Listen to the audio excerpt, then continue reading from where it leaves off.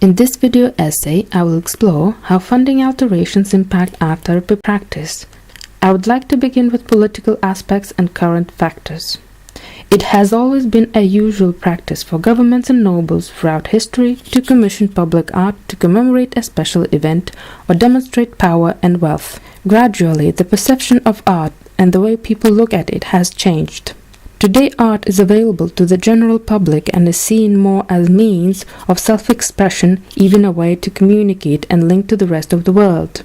It allows people to share opinions creatively on any topic. However, when it comes to cuts, the views of the government and the public differs. Already faced budget cuts, and now in a letter, the Arts Council has asked each of them to consider how they might apply up to a 10% cut in their current grant from the Council and assess the impact this will have on programmes, staffing and audiences. The arts are a very easy thing to cut at a time of austerity. They're also the wrong thing to cut, because at a time when local government's future is bound up with its ability to make its places grow, the arts are a critical part of creating places people want to live, places people invest. The government's policy paper, Arts and Culture, outlines the awareness of funding issue, presents a plan of actions. It encourages organizations to seek for funding from other sources, and that idea is supported by Peter Bazaghet, former chairman of Art Council. It is worth noting an informative article written by Joe Hart, a senior editor of Public Art Review, researching multiple ways of gaining funds, encouraging creative thinking. He emphasizes the importance of raising broader consciousness around funding, offers tips and brings to people's mind alternative sources such as crowdfunding, and presents real-life examples. MPO states that just under £1 billion will be distributed among 663 organizations, but the independent article disputes that it can't be sold with £1 billion worth of funding, criticizing further the effectiveness and timing of the funding.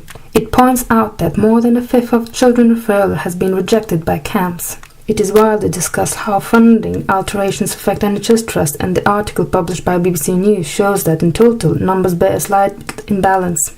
Anne Longfield, the Children's Commissioner for England, shared her concerns with The Guardian, criticising the government funding cut policy that does not save any money. Practicing art therapist David Edwards stated further limited funds affect the quality of support offered to the public.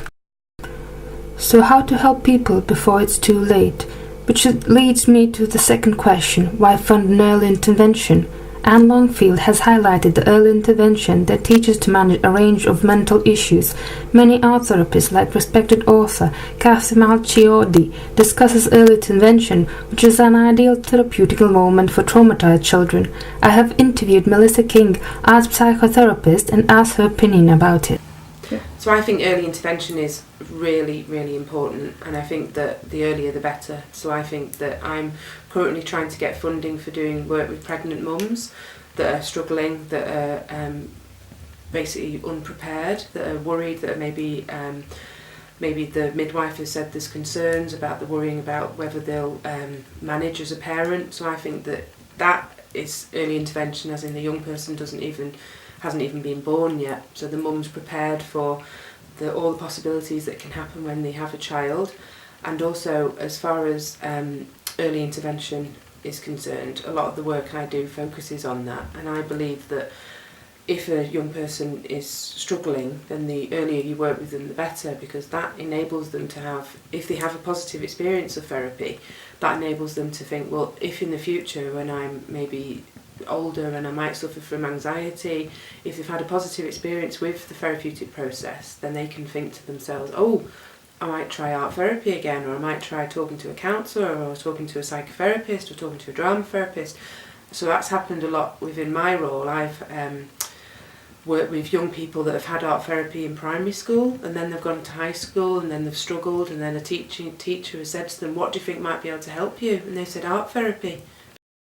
The author of the Breathing paper 2016, Alex Bate, argues the validity and usefulness of early intervention.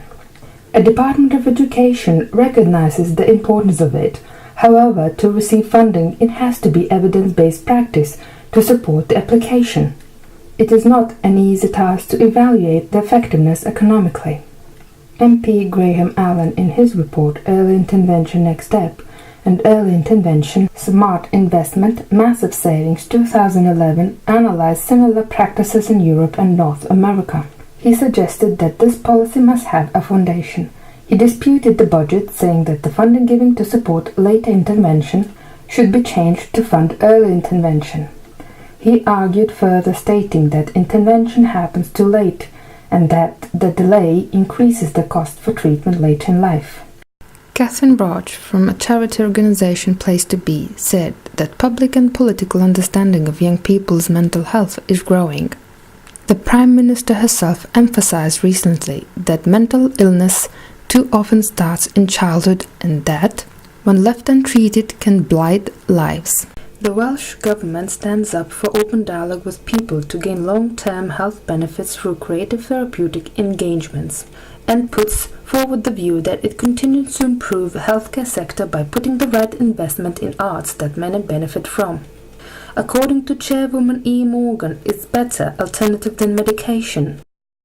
A famous artist, Jackson Pollock, is an example of how unrestrained self-expression of simply dripping paints on the canvas can help access unconscious mind and express inner thoughts within a safe and creative environment. Unfortunately, art therapy is still considered a young and growing discipline, and therefore it has to strengthen its positions. You can't deliver as arts interventions are needed. What you're brilliant at is one-to-one, and perhaps for smaller groups of people with a very, very distinct clinical need where you have to have a high degree of training. Actually, arts professionals represent an enormous extra workforce for the NHS, above and beyond those people that they already have. Arts and Humanities Research Council presented a cultural value project which is another great example of arts improving the well-being of those involved in it, and that art teaches people coping mechanisms against various life struggles. BAT presents some really good feedbacks from the clients to support it. Next question explores geographic imbalance in favor of London. The dispute over London's larger share in comparison to other English regions is well presented in statistics of NPO. Darren Henley, Chief Executive from Arts Council, reassured about the plans to increase funding outside London, stating that the policy regarding this will be changed by directing more money outside London by 2018-2019. There is no one opinion how to manage the funding. One of the MPs from House of Commons Culture, Media and Sport points out that it's easier for London to find philanthropes or donors for their projects, contrary to the areas outside the capital, including the funding from national lottery funds. The examination of Liz Hill argues further over the framework presented by Art Council, referring to great arts and culture for everyone. She disputes the obvious lack of transparency when it comes to the funding.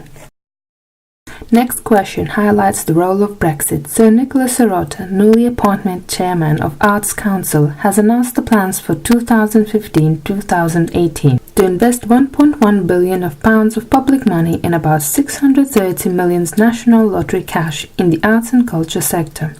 The most pressing issues it faces are a lack of diversity and imbalance between spending in London and the regions, plus what the consequences of Brexit will be on the sector, which is overwhelmingly wanted to remain in European Union. It is a complex issue, and Brexit factor complicates things even more. Creative Industries Federation disputes further by raising concerns over losing skilled workers who were filling the gaps in the workforce. It's worth noting the government stated that the situation will remain the same until Britain officially leaves the EU. However, Melissa King, an art psychotherapist, in her interview contradicts that. Unfortunately, that's already happening. At the recent BAT Council meeting, lots of European funders are not even letting us in the door now because they think that we're going to be leaving Europe. So they're thinking, no point in the UK applying for this because they might leave the EU halfway through. So it's already happening, even though we haven't left Europe yet, and hopefully we won't, but we never know. Lots of European funders and lots of European organisations are not even letting us apply for things now. So it's already having a negative impact on things that people have relied upon. So lots the amount of things that we've had through European funding is immense in this country, and a lot of those things won't be happening. Tessa Daly wrote, "Art therapists have adapted working patterns, some in more generic roles, with shorter terms outpatient treatment, some into outreach work, visiting homes and communities where necessary." BAT published the guidelines for art therapists working as volunteers. Commenting the guidelines, Melissa King outlined the alternative.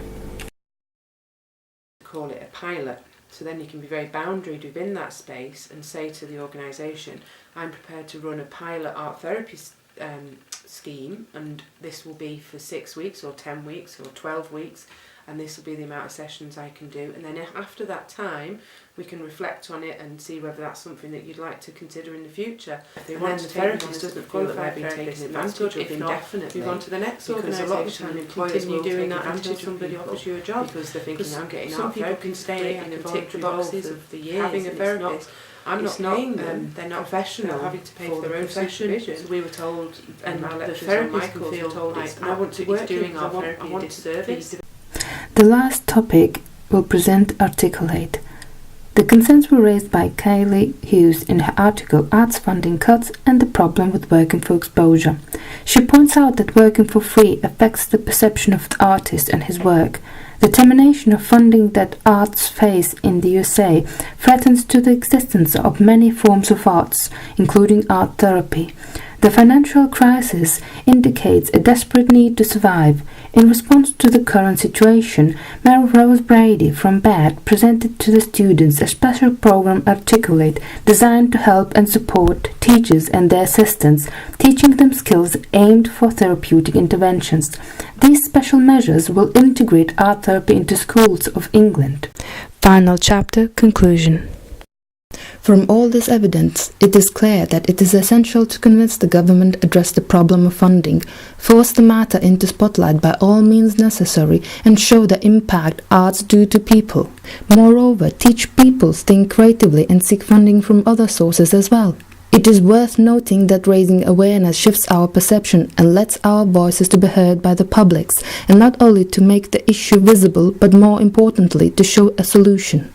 The establishment of early intervention could be a perfect means to save money and form the coping mechanisms, build self-confidence, and thus improve the quality of life.